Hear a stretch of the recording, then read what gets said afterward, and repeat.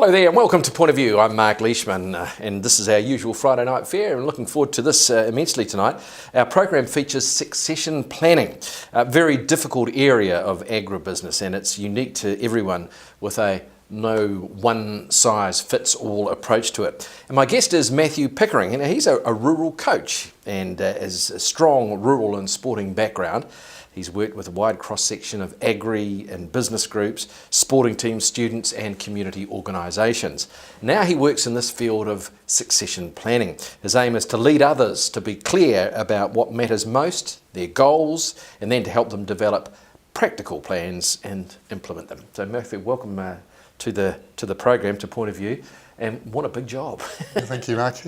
What is the key focus in your farm succession work? Well, key thing is helping the families get real clean and clear about what matters most. You begin with the end in mind, and it's not something that comes naturally to rural families. With a whole lot of stuff going on a day-to-day basis, dealing with the crisis or the operational things, often takes precedence to actually sitting down, taking the time and thinking big picture. What do I want to have? What do I want to be doing? Who do we want to become in 5, 10, 15 years' time? And this is happening. It seems it's more important these days. In the old days, of course, the father would normally give the farm to the first or the eldest firstborn or eldest son generally, and that was it, done and dusted. Yeah, and the replications of those sorts of things continue today. So your background as such, I mean, how did you come to this point? Oh, a rural banking background with ANZ National for 21 years. Ended up as a regional manager in North Island, sort of Taranaki North. Loved working with the farmers, loved working with the people, and yeah, I was quite inquisitive to know what I could do outside the bank with what I'd learned inside the bank. It's a wonderful training ground, good people, good processes, and so bit the bullet and made a big change in late 2007. Straight into the sort of succession planning, or did it sort of? Oh no, I went out on my own to start with. You know, I was full of everything, and but after 6 months I got lonely.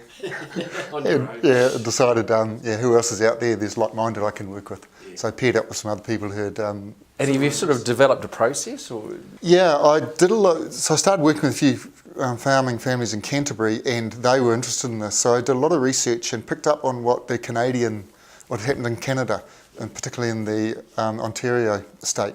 And they'd invested millions of dollars in developing succession planning processes to help their rural industry who were going through some massive change. And so I picked up on that and sort of brought that back here and pulled out a process. It's not a linear process, no one size fits all, everyone's different, but it gave us a foundation to say, okay, how do we actually approach this complicated and highly emotional at times, but also rewarding challenge and opportunity that farmers are facing. So where do you see the rural community is now when it comes to succession planning? Are we getting better at it, or is it? The understanding of what succession planning is and why it's important continues to improve and increase. What people are doing about it, it's sort of two parts to it. Yeah, without being too dramatic, I see a big train wreck coming. Because there's a whole lot of 65 plus farm owners who have not started a conversation with their families. And one day something happens where they can no longer do it.